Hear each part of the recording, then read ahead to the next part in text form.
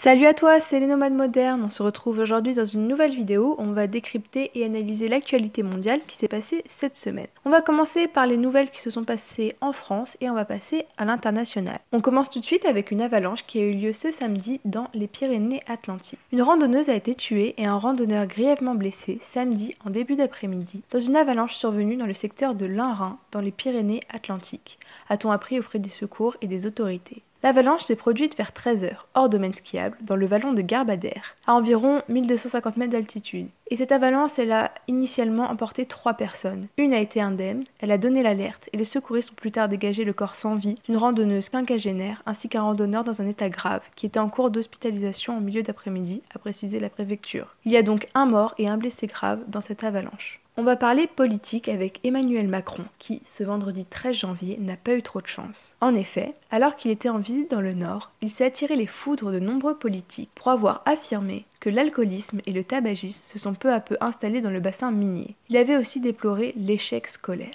Très vite, ses adversaires politiques se sont engouffrés dans la brèche pour instruire un procès en mépris à l'ancien locataire de Bercy. Plusieurs élus FN, mais aussi Pierre Laurent, secrétaire national du Parti communiste, qui a dénoncé un Emmanuel Macron qui méprise le peuple. On va terminer pour la France avec un sujet pas très joyeux qui s'est passé à Nantes. À Nantes, la mère d'un garçon de 8 ans et son compagnon ont été soupçonnés du meurtre et d'actes de torture sur un enfant qui a été découvert noyé. Ces 2 personnes ont été mises en examen vendredi soir à Nantes et placées en détention provisoire. Leur mise en examen correspond aux réquisitions du parquet qui avait retenu les qualifications d'homicide volontaire sur mineur de moins de 15 ans et d'actes de torture et de barbarie. Le couple avait appelé les pompiers mercredi en fin d'après-midi. Ceux-ci n'avaient pu que constater le décès de l'enfant dans l'appartement familial, situé dans un immeuble de 4 étages à la Crème-Trérie à Saint-Herblain, un quartier calme en périphérie de Nantes. Interpellés et placés en garde à vue, la mère et son compagnon avaient d'abord évoqué une mort accidentelle. Mais les premiers éléments de l'enquête et les témoignages recueillis ont rapidement contredit leurs dires. On va passer désormais à l'international avec un fait qui se déroule en ce moment en Côte d'Ivoire, et c'est un malaise plutôt inquiétant. En effet, la mutinerie à Bouaké dans la nuit du 5 au 6 janvier a pris fin, avec la promesse de nouvelles mesures par le gouvernement. Mais elle a étalé sur la place publique un véritable sentiment de malaise au sein de l'armée ivoirienne. En cause notamment